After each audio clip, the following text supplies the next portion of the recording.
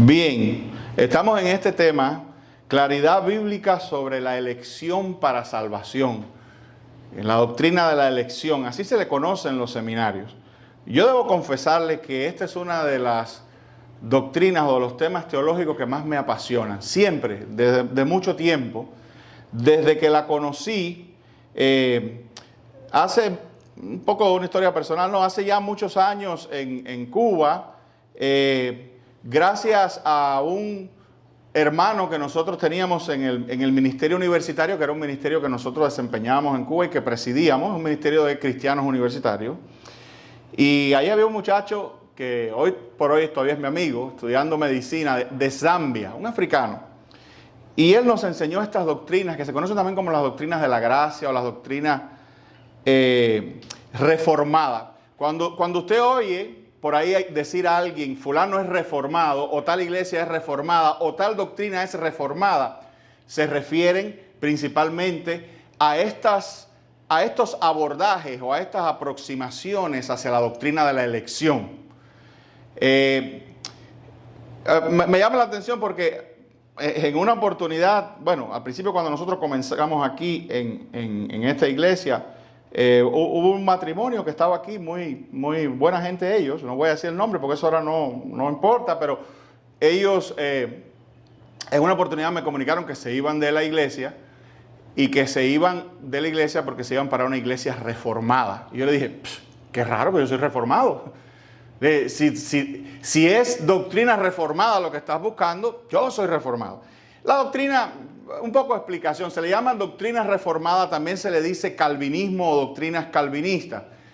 ¿Por qué se le llama reformado? Bueno, se le llama reformado porque estas doctrinas fluyen fundamentalmente de la reforma protestante, de lo que conocemos como la reforma protestante, partiendo, por ejemplo, del propio Martín Lutero, que pensaba de esta manera también, y pasando por la mayoría de los grandes teólogos de la Reforma, como Zwinglio, como el mismo discípulo de Lutero, Felipe de Melanchthon, e incluso, tiempo después, el gran reformador que fue Juan Calvino. Un día les voy a hablar de Juan Calvino. Por cierto, la hermana, yo la conservo por ahí, pero la hermana del hermano Nelson Sosa, ¿cómo es? ¿Me recuerda?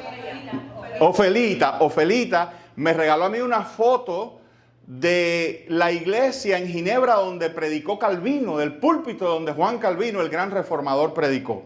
Juan Calvino es probablemente, después de Pablo, uno de los teólogos, después de Pablo y San Agustín. Por cierto, San Agustín, esta línea de pensamiento es también la de San Agustín, lo que, como ustedes saben, San Agustín precede la Reforma, San Agustín es de más atrás. Pero Juan Calvino es uno de los grandes hombres de Dios que la historia cristiana ha producido. Un día les hablaré de él un poco más, pero pudiéramos decir que Martín Lutero comenzó algo que Calvino refinó. Martín Lutero comenzó la Reforma. Martín Lutero era un hombre de más acción, era un gran teólogo también, una persona de un pensamiento excepcional, un genio. Pero pudiéramos decir que Juan Calvino fue el que después sistematizó, escribió, enseñó y predicó más de toda esta reforma, todas estas doctrinas, toda esta transformación que estaba ocurriendo en la iglesia en ese siglo XVI. Y por eso, a pesar de que el origen de la reforma fue Lutero, pudiéramos decir que quien más destacó, el más brillante de los reformadores fue sin duda Juan Calvino. Y bueno, de ahí hay gente que dice, ay, ¿qué es el nombre calvinista? Hay gente que dice, ay, yo soy calvinista, yo soy cristiano. Eso no tiene nada que ver con eso. Lo único que la gente a veces le pone ese nombre o le pone esos apellidos a la doctrina porque él fue quien más lo desarrolló. Pero no es porque él vino con algo nuevo, que él se inventó el agua tibia, ni nada de eso. No, él simple y llanamente, como en esa época el cristianismo estaba, pues esa es la palabra, reformando mucha de la iglesia y mucha de la doctrina corrupta que tenía la iglesia católica, porque de ahí es donde viene la cosa, ¿no? La reforma sale como precisamente como una manera bueno, por eso se le llama protestante, de protestar, eso es otro nombre también que se le dice a la gente de la Reforma, de protestar contra las doctrinas y las prácticas católicas. Entonces, estos hombres, por ejemplo, hay iglesias, tú las has oído, luteranas. Y a veces cuando se habla de la Reforma, se le dice las corrientes luteranas o el luteranismo. Hermano, eso no es que ellos inventaron nada. A veces la gente, para caricaturizar estas doctrinas, dice, no, porque yo no sigo a hombres, yo soy cristiano. Estos eran cristianos mucho mejor y más elevados que probablemente de los que los critican. Lo que pasa es que como ellos desarrollaron tanto y escribieron tanto y se la jugaron tanto por estas doctrinas, pues la gente le pone su nombre a este tipo de doctrina. Pero esto es la Biblia. Lo que ellos hicieron fue simplemente poner las verdades bíblicas al alcance del pueblo, enseñarlas, sistematizarlas, contender ardientemente por ellas contra los enemigos de la fe, que en esa época, por cierto, bueno, ya yo te he dicho que te costaba la vida, ser reformador o ser protestante te podía costar la vida. Martín Lutero se la jugó, pero yo pensaba mucho en Martín Lutero porque otra de las cosas, déjenme abordarle esto que le voy a decir por otro lado, ¿no? Y vamos a entrar ahora en la palabra de Dios, pero vamos a estar conversando sobre estas cosas y es importante pues poner un fundamento. Cuando tú has oído por ahí, yo sé que tú has oído mucho esa expresión, sobre todo los cristianos cubanos la usan mucho. No, yo no me meto en política, lo mío es el cristianismo. No, el cristianismo, lo mío es la iglesia, la palabra, pero no, yo no me meto en política. Que los políticos acaben, maltraten a las poblaciones, hagan horrores, injusticias y pecados, que yo no tengo nada que ver con eso porque yo no me meto en política. Yo me pongo a pensar, si Martín Lutero hubiera pensado en no meterse en política, no tuviéramos reforma. ¿Sabe por qué no tuviéramos reforma? Porque en aquella época la política y la religión estaban juntas. Y ser un líder religioso a la manera del catolicismo romano que imperaba en esa época era ser un líder político. Los papas y los cardenales y los dignatarios religiosos tenían tanto o más poder que los políticos. Y entonces ir en contra de ellos, como fue Lutero, como fue Calvino, era ir en contra de la política, era ir en contra de lo que gobernaba en ese momento.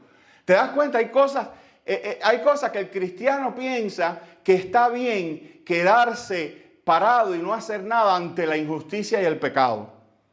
Si los reformadores hubieran pensado así, se hubieran ido todos para su casa a comer y a beber y no se hubieran metido en absolutamente nada, hubieran aceptado y sido respetuosos a todo lo que el catolicismo le bajaba desde arriba, porque ellos eran los jefes, ellos eran los dueños y ellos eran el gobierno. Amén. Entonces, esta gente, ¿por qué te digo esto? Quizás esto a ti hoy te parece un poco raro porque hoy, en cierto sentido, el Estado y la religión o el Estado y la iglesia se ven un poco más separados, ¿verdad? Pero en aquella época no. En aquella época los papas y los cardenales, el papa era como un emperador. El papa era quien decidía probablemente todos los avatares políticos de las regiones que la Iglesia Católica controlaba. Y los cardenales y los religiosos importantes de la Iglesia Católica tenían tremendo control político. Amén. Y se enseñoreaban sobre los pueblos, y se enseñoreaban sobre la gente. Y yo no estoy diciendo que todos eran malos, ¿verdad? Entonces, había esa mezcla de religión y política, y había esa mezcla de Biblia mal aplicada, por decirlo de alguna manera, o Biblia escondida ante la población, porque yo quiero que tú sepas que era un pecado que un individuo del populacho tuviera una Biblia. Y la Santa Inquisición persiguió fundamentalmente en España. Yo sé, me estoy extendiendo, esto son cosas de historia, pero te lo voy a dejar ahí para que tú le sigas para adelante a eso. La Santa Inquisición persiguió fundamentalmente en España las versiones populares de la Biblia. Persiguió a la gente. Imagínate, ¿hubo alguna vez algo como contrabando de Biblia? ¿Te parece loco? Pues sí, hubo contrabando de las versiones nuevas, de las versiones del mismo Cipriano Valera, que son las que tenemos ahora. esas versiones bíblicas que fueron sacadas del latín y puestas en el lenguaje del pueblo, al principio la Iglesia Católica lo persiguió. Entonces la Reforma, y yo no quiero, fíjense, no quiero tampoco caer en la caricaturización de la Iglesia Católica y pensar que todos eran malos y que todos eran... Y la Santa Inquisición también es algo que se ha sacado un poco de proporción. No era... Sí, pero no era tanto como se le ha desfigurado y se ha puesto por ahí y demás, ¿no? Y no estoy queriendo decir que todo el mundo sea malo y no estoy queriendo decir que hoy en día ellos sean así. Pero la Reforma fundamentalmente se levantó contra todas estas cosas o todas estas prácticas antibíblicas. Y sobre todo esta oscuridad y este oscurantismo que había, donde la gente no podía conocer la palabra de Dios a menos que un clérigo se las predicara y en latín. Entonces, pero esta es una parte de la Reforma. No vayas a pensar en el simplismo que esto fue todo lo que ocurrió. No. Estos reformadores, Calvino, Lutero, otros que vinieron después, precisamente lo que buscaron fue reformar la iglesia de Dios, reformar la teología. Si se quiere, cuando tú oyes de hablar de puritanos, eso también fue otra reforma. Los puritanos, que eran también, venían de esa línea reformada, de esa línea calvinista, los puritanos seguían avanzando y se llamaban puritanos porque ellos querían todavía más pureza en la Escritura. Entonces, como tú ves, la iglesia cristiana ha pasado por diferentes etapas a lo largo de la historia y varias veces se ha tenido que reformar y varias veces se ha tenido que purificar. ¿Qué pasa? Que en esos momentos, por ejemplo, tú oyes hoy en día, no, porque el gran predicador puritano o tal o más cual gente son de corriente puritana. Eso lo que quiere decir es que estas personas trabajaron y explicaron y enseñaron de tal manera, con tanta pasión, la Escritura, que de alguna manera sus nombres quedaron ligados a cierta enseñanza. Pero es la Biblia, ellos lo que están enseñando la Biblia, lo que fueron tan buenos que sus enseñanzas adoptaron o la gente le fue dando el nombre de ellos. Por eso tú oyes doctrina reformada, por eso tú oyes doctrina calvinista, por eso tú oyes puritano. Y hay un sentido en que también se habla de doctrinas bautistas, ¿verdad? Eso es como si ahora nos dijera, como si tú le dijeras a alguien, no, yo soy bautista. Y eso te dijera, no, yo soy de Cristo, como hay gente que te dice, porque yo no sigo a Bautista. ¿Quién es Bautista? Yo no lo sigo. No te estoy diciendo que estamos siguiendo a Bautista. Yo lo que te estoy diciendo es que nosotros suscribimos las enseñanzas bíblicas que tal o más cual persona nos trajo. Hermanos, se entiende esto, ¿no? Cuando hablamos de esto, de reformados, de doctrina reformada, etc. Entonces, parte de lo que una de las doctrinas, que son varias, fundamentalmente 5, pero una de las doctrinas reformada que salió a la palestra y que de alguna manera emergió y salió al conocimiento público y fue abordada por estos grandes hombres fue la doctrina de la elección. ¿Qué hicieron? Enseñarnos lo que la Biblia verdaderamente dice sobre la elección. Sobre que Dios ha escogido desde antes de la fundación del mundo. Esta es la doctrina de la elección. La doctrina de la elección plantea que Dios ha escogido desde antes de la fundación del mundo los que han de ser salvos. Y lo ha hecho según el puro afecto de su voluntad. No porque el hombre tenía alguna precondición. No. La doctrina de la elección se origina en Dios mismo. Tú eres salvo, yo soy salvo, porque Dios decidió desde antes de la fundación del mundo de que fuéramos salvos. Bueno, pero vamos, ya yo más o menos he hablado algo de esto en el primer episodio, pero vamos hoy a continuar. Segunda de Tesalonicenses 2:13. Me perdonan un poco la extensión de la introducción. Deja ver si los considero en el desarrollo. Segunda de Tesalonicenses 2:13 dice que miren, este es el espíritu de Pablo. Dice, pero nosotros debemos dar siempre gracias a Dios respecto a vosotros, hermanos amados por el Señor, de que Dios os haya escogido desde el principio para salvación, mediante la santificación por el Espíritu y la fe en la verdad. Entonces, Pablo da gracias a Dios y le dice a los hermanos, a los que le está dirigiendo la carta, a los tesalonicenses, le dice, yo estoy feliz y contento de que ustedes hayan sido escogidos por Dios desde el principio para salvación. Y les dice, amados por el Señor. Ahora, uno de los puntos que yo hice el domingo pasado, y no me voy a extender mucho en eso, pero es uno de los puntos más hermosos, es que hablamos de elección y la Biblia nos dice qué es lo que estaba en el corazón de Dios cuando hizo la elección. O sea, la Biblia nos informa la atmósfera en la que Dios te escogió. Y leíamos, bueno, ahí lo dice, amado, dice, bendito sea, vamos a leerlo otra vez. Dice, pero nosotros debemos dar gracias a Dios respecto a vosotros, hermanos amados por el Señor. E introduce este término, amados por el Señor. Ahora, había leído también Efesios 1, del 3 al 5. Dice Efesios 1, del 3 al 5. Dice, bendito sea el Dios y Padre de nuestro Señor Jesucristo. Otra vez, es como el mismo espíritu. Gracias sean dado a Dios. Y aquí, bendito sea. Es la misma alabanza, el mismo gozo, la misma alegría de Pablo. Bendito sea el Padre de nuestro Señor Jesucristo, que nos bendijo con todas bendiciones espirituales en los lugares celestiales en Cristo. Dice, ¿a qué? Y ahora el texto explica ¿a qué se está refiriendo Pablo? ¿Qué quiere decir esto de que nos bendijo con todas bendiciones espirituales en los lugares celestiales? Imagínense allá arriba en los lugares celestiales.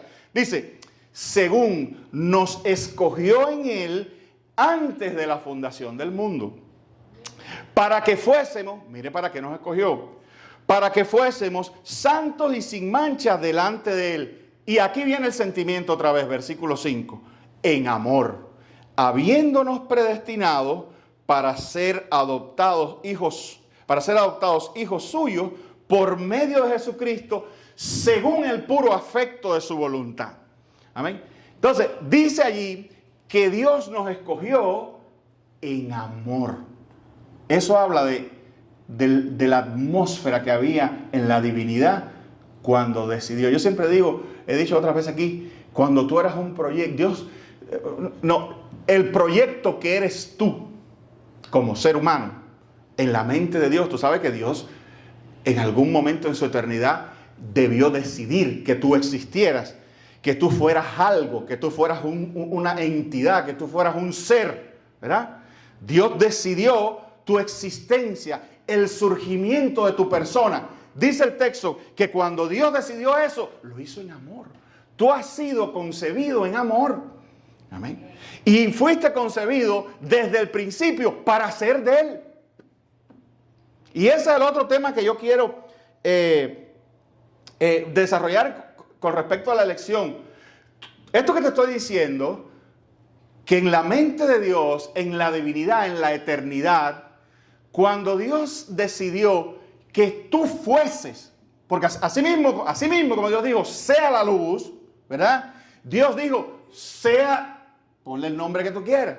Dios determinó en la eternidad que tú fueras, que tú existieras, que tú surgieras como un ser vivo.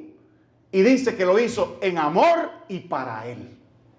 O sea, tú no fuiste creado para ser del diablo a pesar de que tuviste tiempo en que tuviste en manos de Satanás, porque aún Dios, sabiendo que tú ibas a caer y que en un momento determinado ibas a estar en pecado como todos hemos estado y ibas a abrazar las tinieblas e ibas a rebelarte contra Él, aún así antes de la fundación del mundo, a través de todos esos procesos que es tu vida, Él determinó que aún así tú fueras para Él.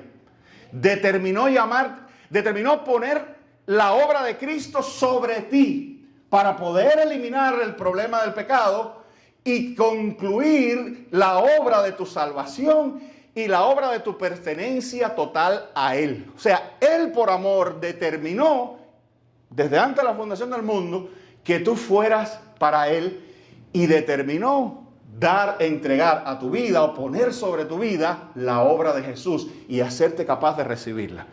Todo eso lo vamos a ver con texto, pero todo eso lo hizo Dios. Entonces, fundamentalmente, número uno, en amor. Y yo quiero que eso se asiente en tu corazón.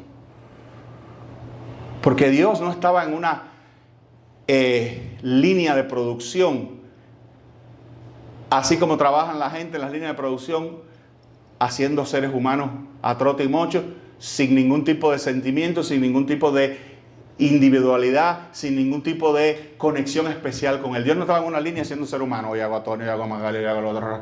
No, la Biblia dice que Dios te hizo a ti en amor.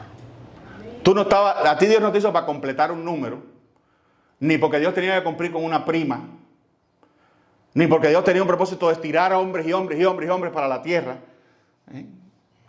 No, Dios a ti y a mí y a todos los que han sido escogidos por Él ante la fundación del mundo, los hizo en amor. Lo dice la Escritura. Entonces, miren, ahora, ¿para qué somos escogidos? ¿Para qué? Para Dios. No somos escogidos no somos escogidos, no sé, para un equipo de pelota, no somos escogidos fundamentalmente para ser los más inteligentes. No, fuimos escogidos en primer lugar para Dios, para Él. Somos su pueblo. Mire lo que dice, subraya eso, escogido. ¿Para qué? ¿Para qué fue electo? ¿Para qué fue escogido por Dios? Para sí, para Él mismo.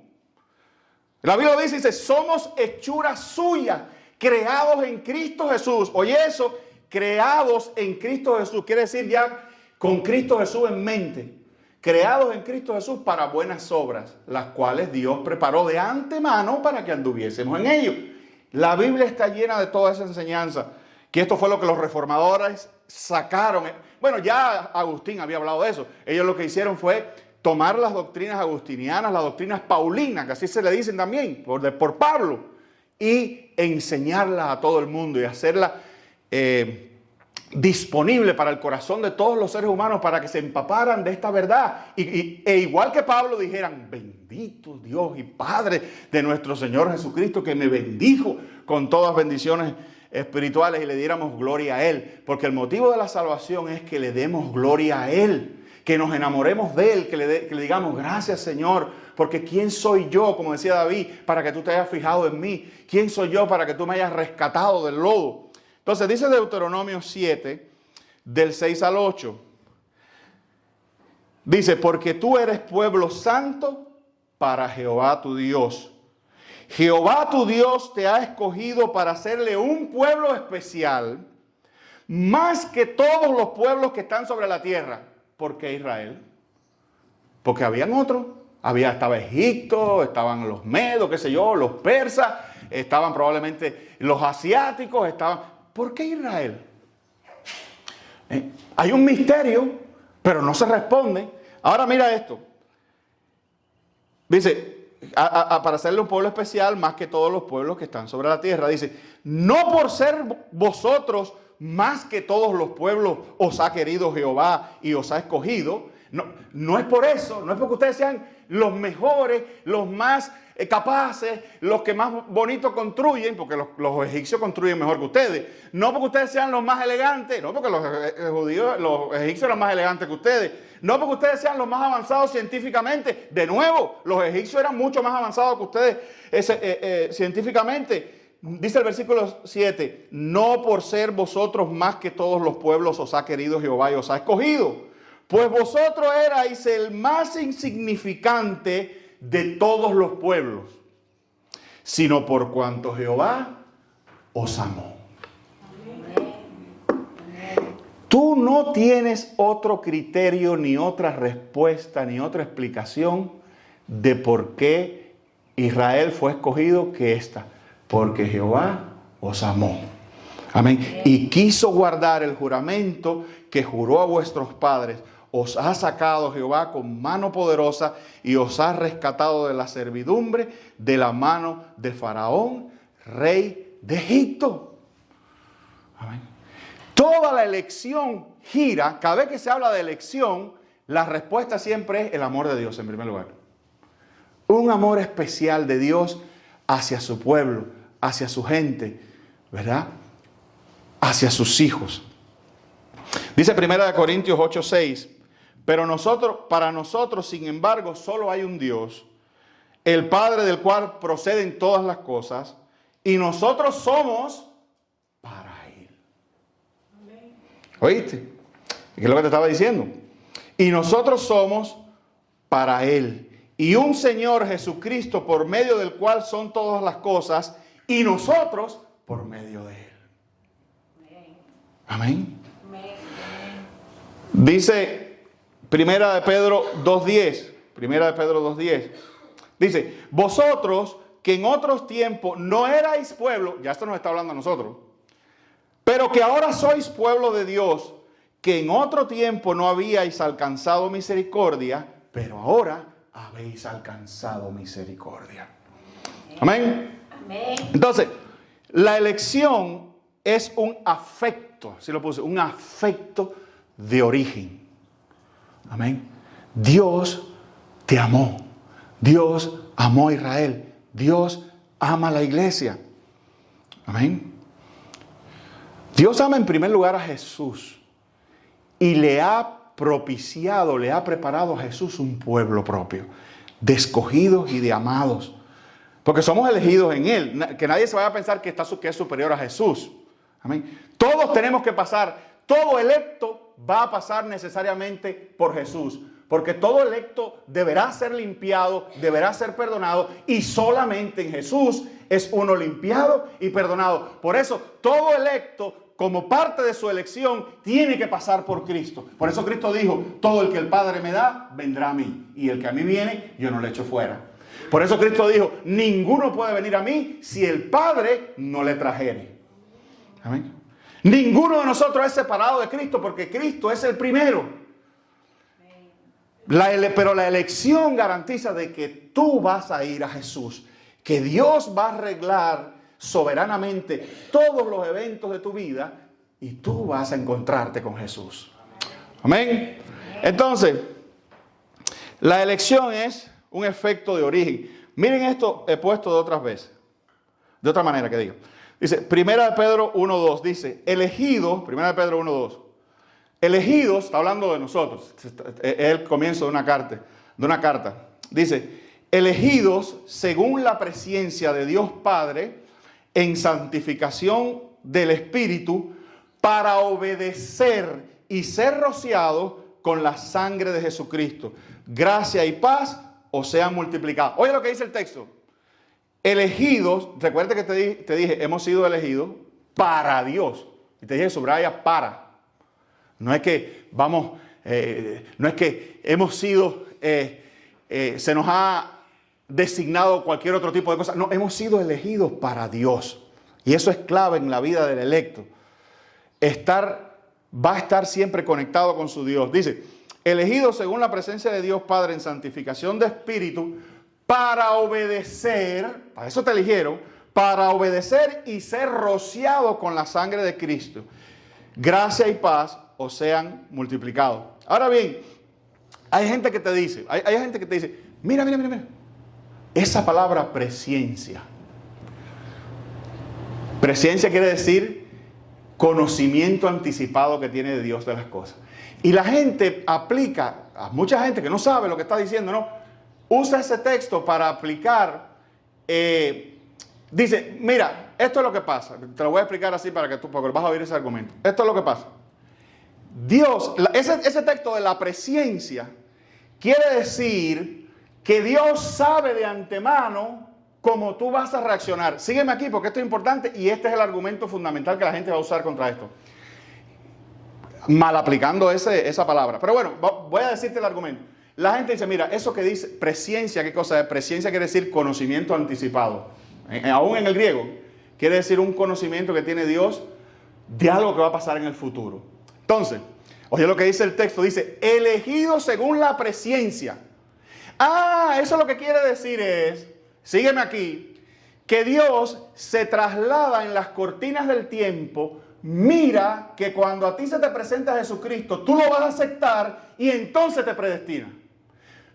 Oye, te repito, Dios mira a través del tiempo que tú vas a creer en Él en el año 91 cuando se me presentó el Evangelio.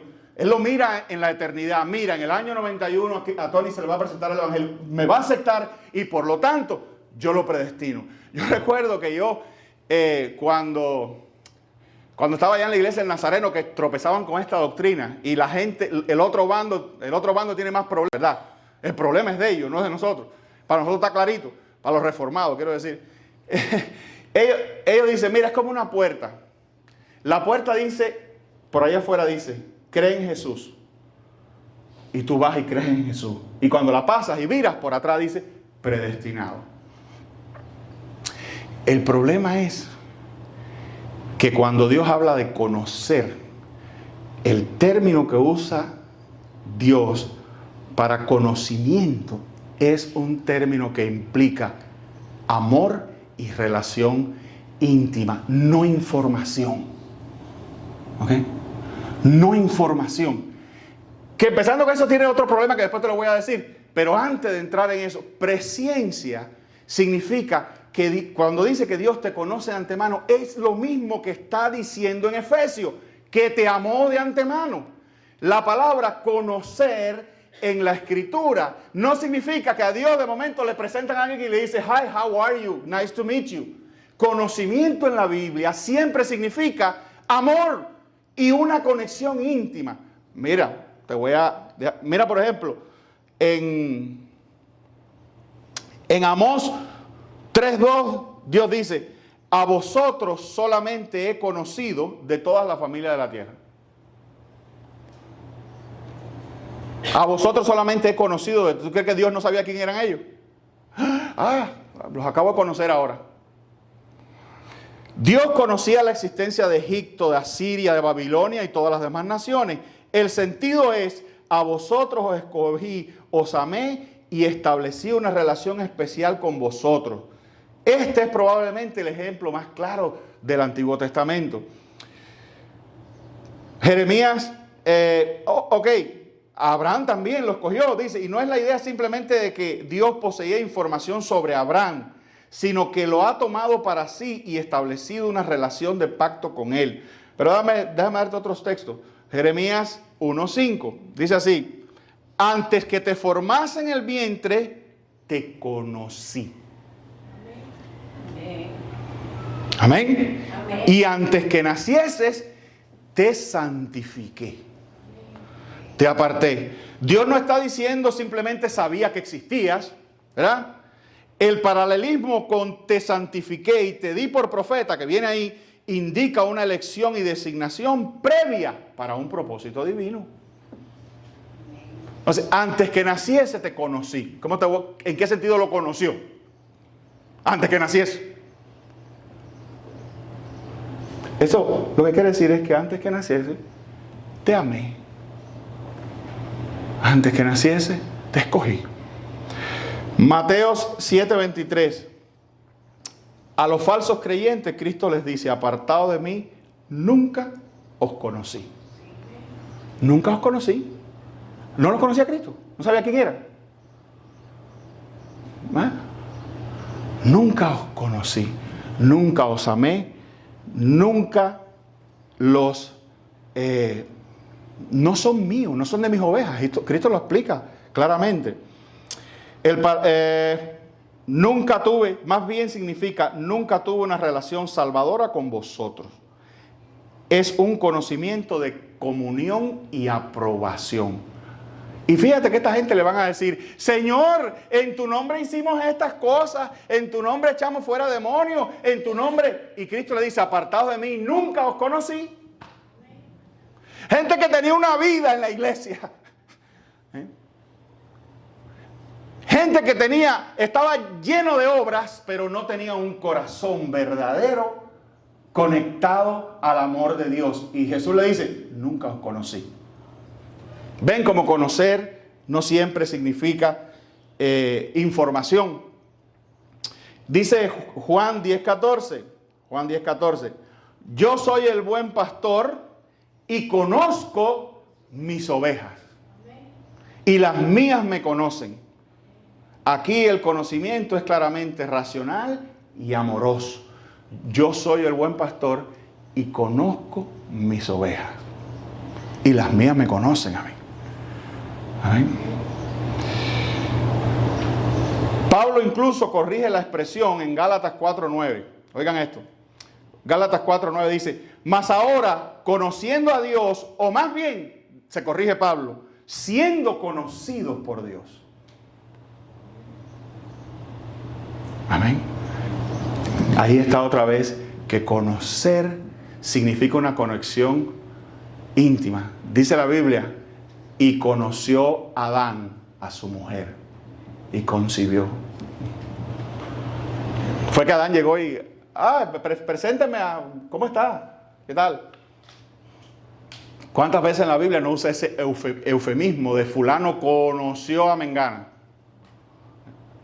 Y significa algo íntimo, ¿verdad? Algo profundo, una conexión. Dios, cuando dice que te conoció, quiere decir lo mismo que está diciendo Efesios, que te amó antes de la fundación del mundo, que tú eres su especial tesoro. Amén. Romanos 8:29 dice, porque a los que antes conoció, también los predestinó. Fíjate que dice, el texto dice, lo que Dios conoció, sino a los que conoció, a los. Eso significa alguien, ¿verdad? Un grupo de personas, a los, ¿verdad? No al que conoció, es a los que Dios conoció. Dice que también los predestinó, y a los que predestinó llamó, y a los que llamó y se justificó, y entonces dice, y glorificó. Todo en pasado, de ese texto vamos a hablar después, pero una probadita. Todo en pasado, todo la cadenita en pasado. Conoció, predestinó, llamó, justificó, glorificó. Todo. Antes. Amén. Entonces, a lo que conoció, el objeto de la presencia de Dios son personas, no decisiones. Son personas. Muchos teólogos reformados han señalado que el texto no habla de que Dios previera fe, arrepentimiento o buenas obras, sino que puso su amor sobre un pueblo determinado desde la eternidad. Esos los. No es sus decisiones, es sobre ellos. De hecho, la decisión está contenida después, porque cuando Él dice a los que conoció, a esos también llamó. Ahí es donde el llamado es donde se vincula la decisión. Fíjate, no puede haber una decisión, una respuesta hasta que no hay un llamado. Amén. Entonces, sin embargo, a esos que Él predestinó, justificó y llamó. Y después, y dice, y justificó. Y dice, y glorificó. En pasado, en el designio, en la mente de Dios.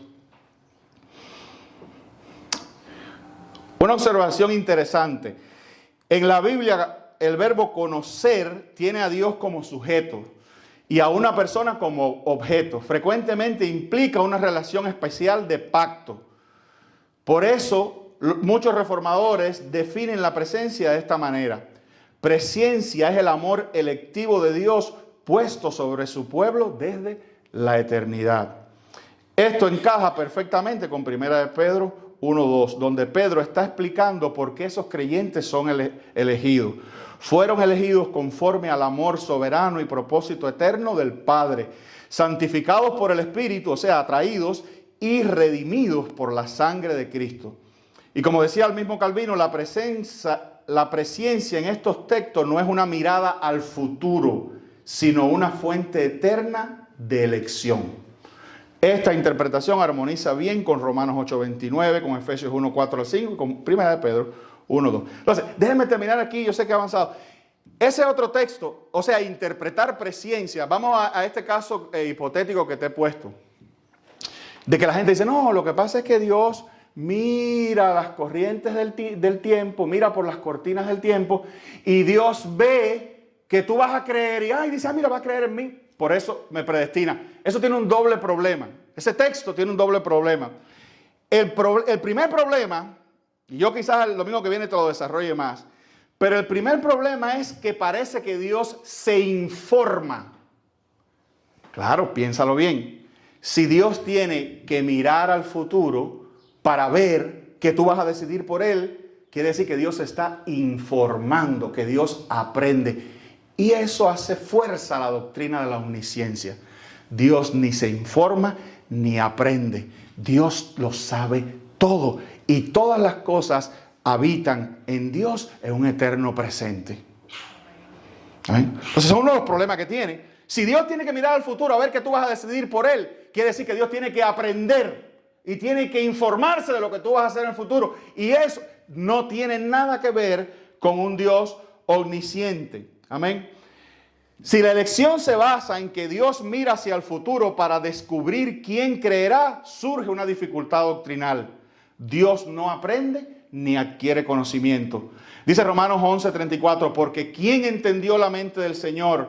Y dice Hechos 15:18, conocidas son a Dios desde la eternidad todas sus obras. Todas. Desde la eternidad. La doctrina clásica de la omnisciencia enseña que Dios conoce todas las cosas porque Él las ha decretado y porque todas las cosas están presentes ante su conocimiento. Dios no observa el futuro como un espectador. Él es el Señor de la historia. Amén.